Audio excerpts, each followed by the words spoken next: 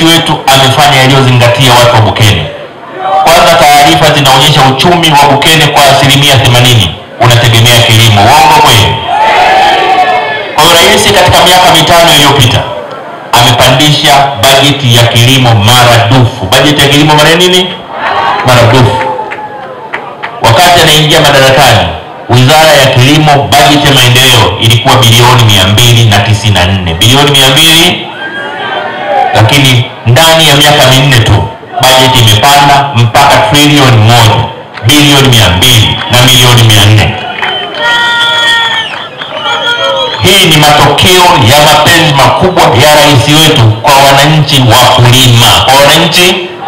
wakulima, na kutokana na kuwezekana kupandishwa kwa bajeti ya kilimo, mambo ya msingi yafuatayo yamewezekana. Kwanza, ruzuku ya mbolea na mbegu imeongezeka. Pili, miradi ya umwagiliaji ambayo wakati rais anaingia madarakani nchi nzima miradi ilikuwa 13, leo iko miradi 780. Lakini vile vile kwa mara ya kwanza katika nchi yetu tumeanza utaratibu wa upimaji wa ardhi kwa kutumia vifaa vya kisasa nchi nzima, ambapo sasa hivi vifaa vipya zaidi ya 143 vimenunuliwa na vinatumika kwenye wilaya zetu ili kujua ubora wa ardhi yetu na kujua ni mazao gani yanaweza kupandwa kwenye ardhi yetu. Mabadiliko hayo ambayo rais wetu ameyaleta yamesababisha kupanda kwa uzalishaji wa Tabora kila mwaka kwa 5%. Hapo vipi? Na msaidizi mkuu wa rais wetu kwenye habari ya kilimo ni Waziri Bashe. Punga mkono. CCM oye! Lakini kwenye mifugo, rais wetu hakuiacha mifugo nyuma. Kwa kutambua Tabora pia kunao wafugaji, rais wetu katika miaka hii 5 amepandisha bajeti ya wizara inayohusika na mifugo kutoka bilioni 66.8 mpaka bilioni 476 kwa shughuli za maendeleo za kuinua ufugaji wetu. Na upandishaji huu wa bajeti umewezesha kuongezeka kwa ruzuku ya madawa na chanjo kwa ajili ya mifugo yetu. Lakini vile vile imewezesha ujenzi wa majosho nchi nzima, umewezesha ujenzi wa malambo na imewezesha huduma za kitaalamu za ugani kwa ufugaji wetu. Lakini vile vile rais wetu hakuacha mbali huduma za afya. Katika nchi nzima Rais Samia amefanya mabadiliko ambayo hayajapata kutokea. Nchi nzima vimejengwa vituo vya afya 647. Lakini vile vile katika halmashauri zetu zimejengwa hospitali mpya 119. Lakini wakati rais anaingia madarakani, kipimo kikubwa kabisa cha kisasa kwenye mahospitali yetu kinaitwa CT scan. Tanzania zilikuwa nazo hospitali 3 tu. Sasa hivi hospitali 26 zina kipimo cha CT scan Tanzania. Lakini pia rais wetu amekuza elimu kwa kiwango kikubwa. Katika muda mfupi wa madaraka yake amewezesha kujengwa kwa shule za msingi mpya 2783. Makofi kwa rais wetu. Lakini pia amewezesha kujengwa kwa sekondari mpya 1366. Kwenye eneo la maji, wakati rais wetu anaingia madarakani, maeneo ya miji maji yaliyokuwa yanapatikana yalikuwa 84. Leo tunavyoongea maeneo ya mijini maji safi na salama yanapatikana kwa 90. Hapo vipi? Lakini vile vile kwenye maeneo ya vijijini, wakati rais Samia anaingia, wastani wa watu 70 tu walikuwa wanapata maji safi na salama. Leo wanaopata maji safi na salama ni 80.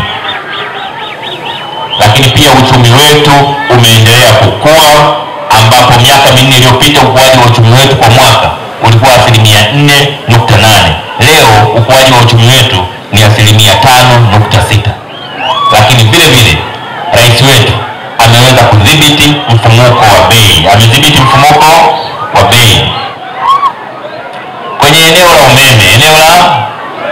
umeme, nilikuwa nilikuwa naangalia Wanyamwezi wanaopenda mieleka kule. Wanyamwezi wanapenda nini? Wanyamwezi wanapenda nini? Mieleka. Sasa mieleka mtafanya baadaye, wacha tumalize mkutano kwanza. CCM oye! Lakini kwenye eneo la umeme wetu uzalishaji wake umepanda zaidi ya mara 2 toka Rais Samia aingie madarakani. Wakati Rais Samia anaingia madarakani, sio vijiji vyote vilikuwa vina umeme. Leo vijiji vyote 12,318 vya Tanzania vina umeme. Katika kipindi kifupi cha Rais Samia ameweza kuingiza umeme katika vijiji vipya 3,731. Makofi kwa Rais Samia. Sasa baada ya yote hayo yaliyofanyika katika miaka 5 iliyopita, tunasema sasa, katika muda unaokuja Rais Samia amepanga kufanya nini katika miaka 5 ijayo? Katika miaka 5 ijayo, hasa kwa Nzega, la kwanza kwenye eneo la kilimo, Rais wetu amepanga, serikali ya CCM imepanga, tukipata nafasi ya kuongoza tena, la kwanza tunakwenda kusimamia ujenzi wa skimu za umwagiliaji 9 mpya katika eneo la Nzega. Lakini vile vile tunakwenda kuongeza wataalamu, lakini na mafunzo kwa wataalamu wa ugani, ili kilimo chetu kiwe cha kisasa zaidi.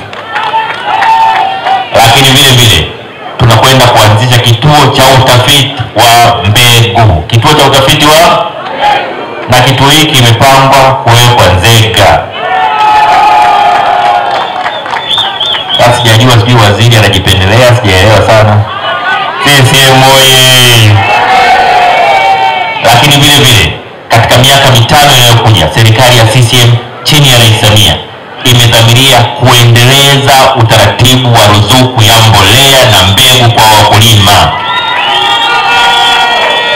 Lakini vile vile serikali ya Rais Samia ikipata ridhaa ya kuongoza tena, Chama cha Mapinduzi kimedhamiria kuendelea kushirikiana na bodi ya mazao kuhakikisha kwamba bei zetu zinaendelea kuwa nzuri.